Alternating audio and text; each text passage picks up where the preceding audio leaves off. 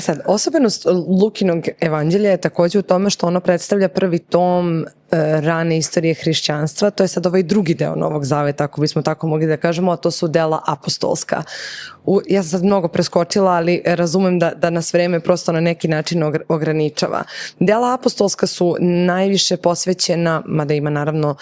i drugih apostola, ali najviše su posvećene apostolu Petru i apostolu Pavlu. I pošto smo apostola Petra već pomenuli u nekoliko navrata, gospodine Tataloviću, mislim da bi ovo bio dobar trenutak da za nešto što je možda mnogima i koji su verujući i koji nisu verujući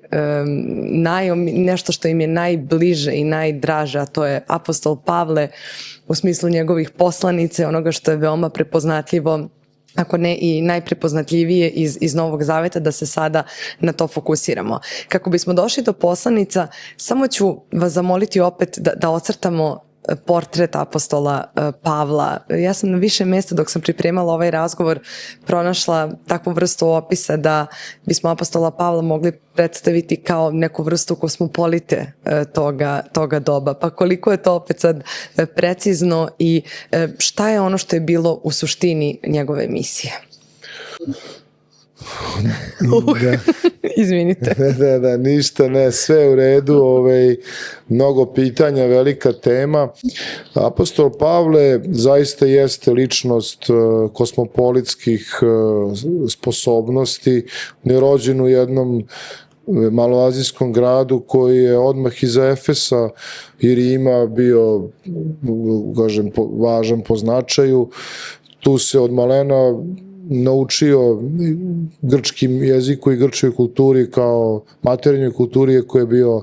jevrejskog porekla i kasnije je vjerojatno to bio jedan od razloga zašto on baš toliko revnovo za jevrejski zakon, osjećao se u Jerusalimu kao stranac među čistokrvnim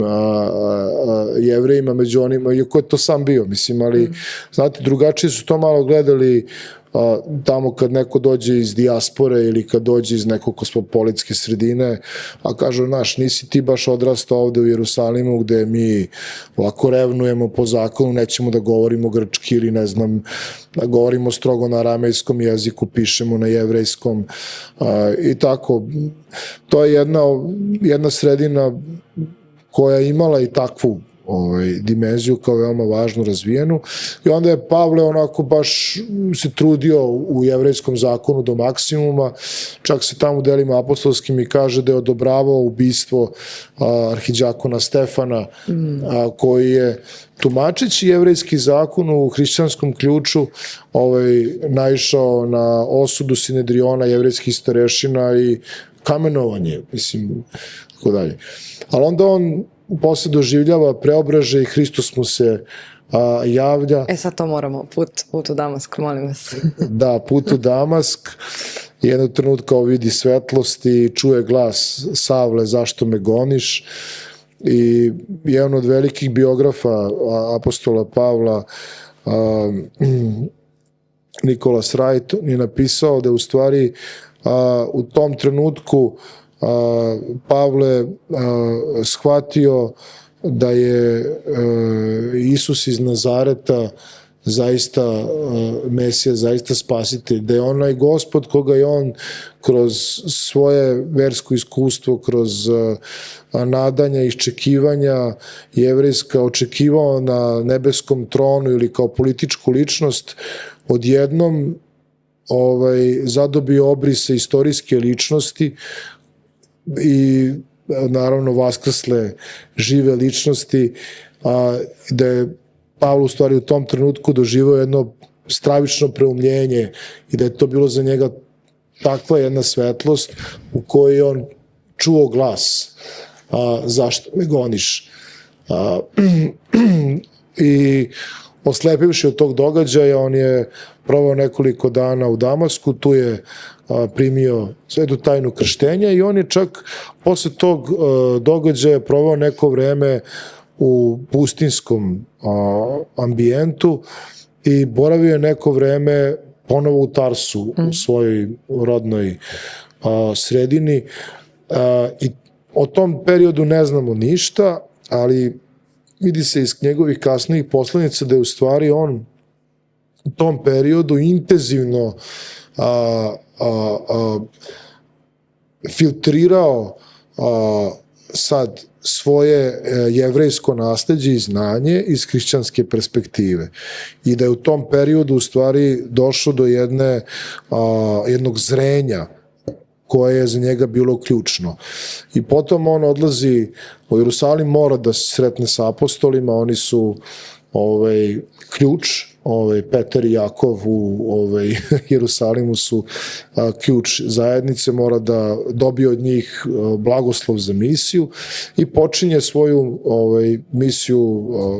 i vidi sebe kao čoveka koji treba da bude okrenut nezdabožačkim narodima, drugim narodima, osjeća da ga Gospod priziva na takvo delo i osniva zajednice po dijaspori.